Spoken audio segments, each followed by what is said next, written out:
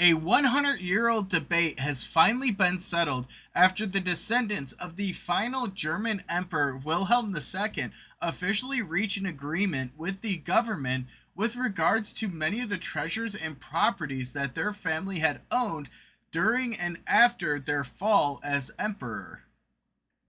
Yeah. So what's been going on is the nation of Germany was originally ruled by a group of people called the House of Hohenzollern, and in 1918, their last emperor was deposed as a part of the end of World War One. From that point onward, there has been pressure between the House of Hohenzollern and the extant German government over various lands and cultural artifacts that the royal family believes belongs to them and should be theirs, and that have been taken away from them without any sort of compensation. Which includes gems, jewels, artworks, but also large estates. And that comes into play here, which had a lot of objects that have been claimed and put into German museums all over the country. And it has been debated in court for decades when the great great grandson of the last emperor, George Frederick, Prince of Prussia, changed the aristocratic house's strategy in 2023.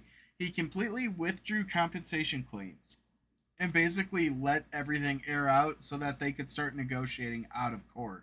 And that began in 2024, which is how they reached this final agreement. So it's kind of interesting to see a change in strategy and the two sides actually coming together. Yeah, and this is a very fun debate too, just at the surface level of, you know, if you're a monarchy and you're now living in an ex-monarchy, what is the monarch's personal property and what is property of the state? Because up until the point the monarchy ends, those are usually the same thing. And that has been central to this debate here. And the change in policy of stock of refraining from further demands for repayment for the loss of these items has allowed for a lot of very nice agreements, like the big cornerstone from May of 2025 is that a lot of the works of art are to remain on display in museums. That was a big fear with a lot of these things, that a lot of cultural and historical artifacts would be taken away and forced into the private collections of this old family on its ancient estates, rather than where they are now, which is viewable to the public. So it really works in both directions, and the Hohenzollern family ended up establishing an art foundation that would both inventory and manage the collections while still lending them out to the museum. So the foundation technically has ownership over the objects, but they're going to remain on display in perpetuity. And the fact that it's also a nonprofit helps people believe that it's not just a cash grab and it is mutually beneficial, which is why they're saying the public is going to benefit more than anyone, because the big thing here is the items remain on display and they're going to remain on display. They're not going to be parted or sold off or put into a private collection, which I think was a And lot of fear. yeah, and part of what secures this agreement, rather than just the whims of these former monarchs, is that it is bound up with both the Prussian Cultural Heritage Foundation and the German Historical Museum, meaning that there are other parties involved that are bigger than a single institution that these artifacts are now entangled with, and the agreements for their display are now bound up in, so that it's not just if, say, this one descendant who's making all this headway were to die and his successor not be as open-minded, it's not going to be easy for them to just say pack it all up and leave. Yeah. And this came after many decades of debate had been around, which is that after the Second World War, there had been a lot of questions and debates over certain properties that had been taken, and there were certain debates as to who people were allied with.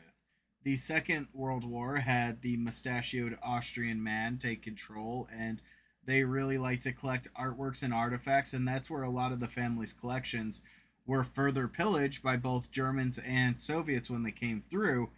But the big thing with them is a lot of the compensation claims lay based off of who you supported. If you were a supporter of the mustachioed Austrian man, you were not entitled to the claims. Yeah.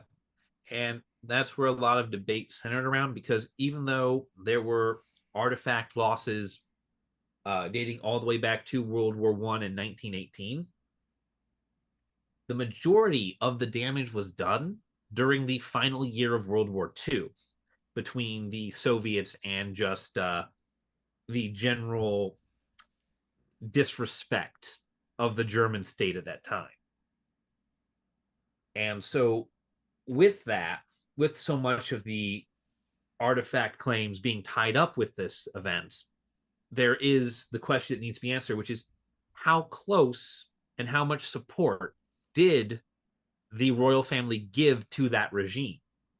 They've There are photos of both the leading members of the royal family and the leaders of the regime during World War II standing side by side, seemingly buddy buddy. There's a lot of debate as to how close they were. General consensus is that any sort of public appearance together was a political arrangement rather than genuine support between the two groups.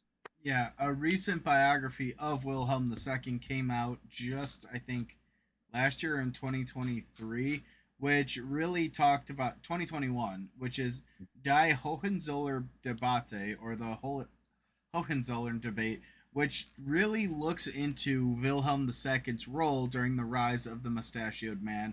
And it basically boiled down to he had hoped that by attaching to a very charismatic leader that it could help propel him back into power. He tried to leverage his position there and tried to hold on to what little he had left, and had tried to basically leverage that to move up in the social rankings. However, that did not end up being the case. And, you know, when someone's trying to vie for power, they're going to also reference back to the previous regime that had been favorably looked upon. Yeah, the National Socialists wanted the royal family there because because the presence of the royal family granted a sense of dignity and authority And to legitimacy.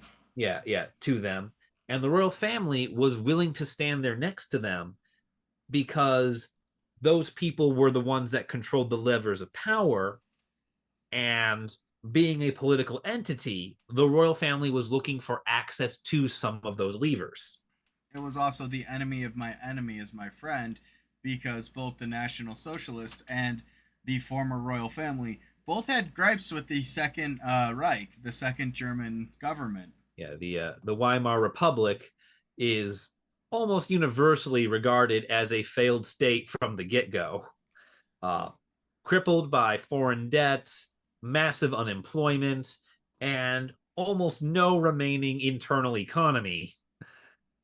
It was doomed from the start. And so, distancing yourself from that mess would have been politically advantageous in the early 1930s. And yeah, Which, this is just an interesting ramification where we see a peaceful end to a long time debate, and the historians came out to light and basically said that he did aid and abet the government, but not substantially, which is the key phrase for a lot of these compensation claims. and nor maliciously, I think too also ties into that. Yeah, that does also tie in. You're right. And But what this agreement does in 2025 here today is it effectively removes the royal family's demand that they be repaid for the loss of full ownership of these items, and in return Germany and by extension the world acknowledges some ownership that these people still retain over these items. It's sort of trading the payout for the authority. For the authority and recognition. I think the Yeah. recognition plays a big part because it's very similar to a lot of Native American displays in North America where they just want to be acknowledged versus Yeah. having been an area of study.